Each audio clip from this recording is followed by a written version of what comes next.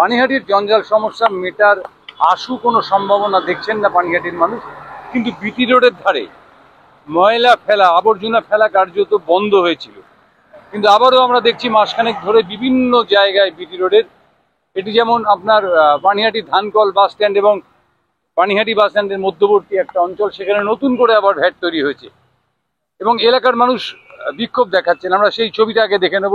এবং কাউন্সিলর, স্থানীয় কাউন্সিলর 10 নম্বর ওয়ার্ডের কাউন্সিলর প্রবীর মজুমদারও এসে পৌঁছেছে।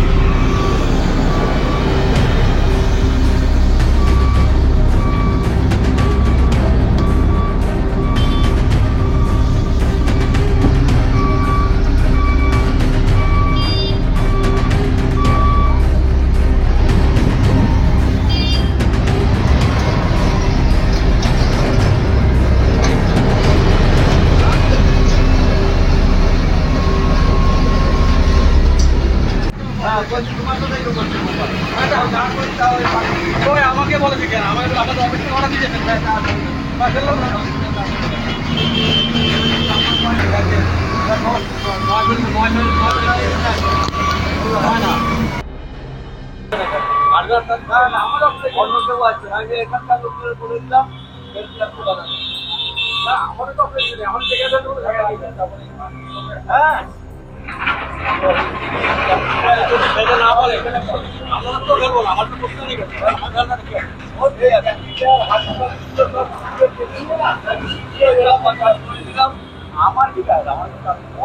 এই জায়গায় দাঁড়িয়ে আজকে স্থানীয় বাসিন্দাদের সাথে বিক্ষোভ এবং তারপরে আপনি নিজেদের কি বলবেন? ব্যাপার হচ্ছে এখানে মাল ফেলার জন্য কোনো জায়গা নির্দিষ্ট হয়নি।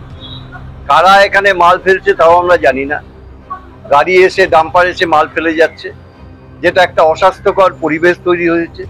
এখানে অনেক দোকান এবং রেসিডেন্সিয়াল ইউনিটও আছে, অনেক ভাড়া থাকছে, তাছাড়া পাশে নার্সিংহোম এবং যা দুর্গন্ধ বেরোচ্ছে, সেই জন্য আমিও বলে গেলাম যে এইখানে কোনো মাল স্ট্যাক করবেন না। যদি ওয়ার্ডের কিছু মাল থাকে সেটা ওয়ার্ডের এখানে ফেলবে ভ্যান গাড়ি করে, তারপর আবার পিরিয়ডিক্যালি সপ্তাহে সপ্তাহে সেটা পরিষ্কার করে দেওয়া হবে। এবং যে পরিস্থিতি এবং আজকে এখানকার লোকদের যে বিক্ষোভ হয়েছে সেটা স্বাভাবিক কথাই। যে অবস্থায় এনারা এতদিন সহ্য করছেন সেটা সত্যি ওনাদের ধন্যবাদ দিচ্ছি। ওনারা সবসময় পৌরসভার সাথে কাউন্সিলরের সাথে সহযোগিতা করেন এবং আগামী দিনেও করবেন, এবং আমি সামনে থেকে আজকে সমস্ত মাল সরিয়ে দেওয়ার ব্যবস্থা করছি। তার কারণ এটা হচ্ছে আমার রেসিডেন্সিয়াল কমার্শিয়াল সেন্টার, আমি বিজনেস করে নিচে ওপরে ফ্যামিলি নিয়ে থাকি। এইখানে পুরো এই পর্যন্ত আপনারা নিশ্চয়ই ফটো তুলেছেন, এই ভ্যাট দীর্ঘদিন ধরে 1 মাসের ওপর ধরে এখানে পড়ছে। বারবার আমরা মৌখিকভাবে যারা ভ্যাট ফেলতে আছে তাদের বলা সত্ত্বেও তারা কথা শুনছে না, খালি বারবার করে কাউন্সিলর বলে যাচ্ছে। কাউন্সিলরকে বলবেন যা বলবেন। তা আজকে আমাদের কাউন্সিলর সাহেব এখানে এসছেন, উনি এসে এটা প্রোটেস্ট করে মাল ফেলতে না করে গেলেন। দেখা যাক আগামী দিনে কি হয়। আমরা কাউন্সিলরের কথা মেনে মাল সরিয়ে দিতে বলছি।